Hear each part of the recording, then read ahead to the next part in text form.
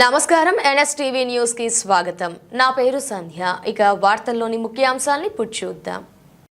Rope సంస్థ P4 కార్యక్రమంలో భాగంగా జపాన్ నాయక్ వారి సహకారంతో 400 మంది గిరిజన కుటుంబాలకు, దళితులకు, లెప్రసీ, ఒంటరి మహిళలకు మరియు పారిశుద్ధ్య కార్మికులకు బియ్యం, కందిపప్పు, నూనె, రవ్వ, వేరుశెనుగ, బెల్లం, సబ్బులు, శానిటరీ ప్యాడ్స్, దుప్పట్లు రోప్ సంస్థ వ్యవస్థాపకులు చైర్మన్ డాక్టర్ కె ధనశేఖరన్ మరియు సంస్థ డైరెక్టర్ శ్రీలత ఆధ్వర్యంలో పంపిణీ చేశారు. విద్యార్థులకు నోట్ పుస్తకాలు, దుస్తులు పంపిణీ చేశారు.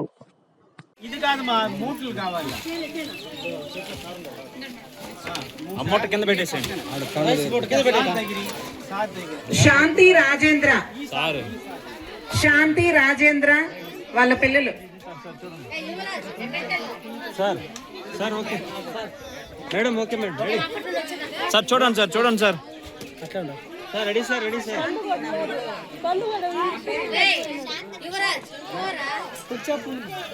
నాటక ఎస్పెషలీ ధనశేఖర్ గారికి నేను చాలా కృతజ్ఞతలు చెప్పాలా.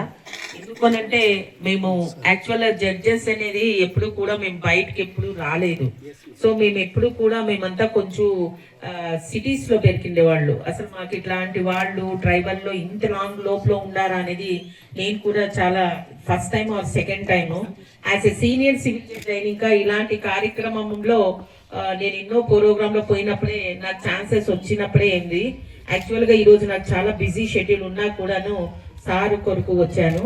సో చాలా ఆనందమైంది. ఎస్పెషల్లీ సో అయినా కూడా మీ లాంటి దగ్గరికి వచ్చి కార్యక్రమంలో మీకు ఏమేమి రైట్స్ ఉంటాయి అనే దాని గురించి చెప్పాలా. ఈ ఊరికి ఎవరండి హెడ్?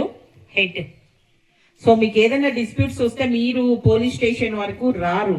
సో మీ ఊర్లోనే పంచాయతీ పెడతారు. అలాంటి వాళ్ళు ఎవరు? వెళ్తారా మీరు? పోతారా? సార్ సుబ్రహ్మణ్యం గారి దగ్గరికి వెళ్తారా? సో ఆయన అంటే పోలీస్ స్టేషన్ లో కేసెస్ ఏమి ఎక్కువ లేవా? Very good. సో మీరంతకు మీరే క్లాప్స్ కొట్టాలా. సో ఎందుకనంటే చాలా దగ్గరికి చిన్ని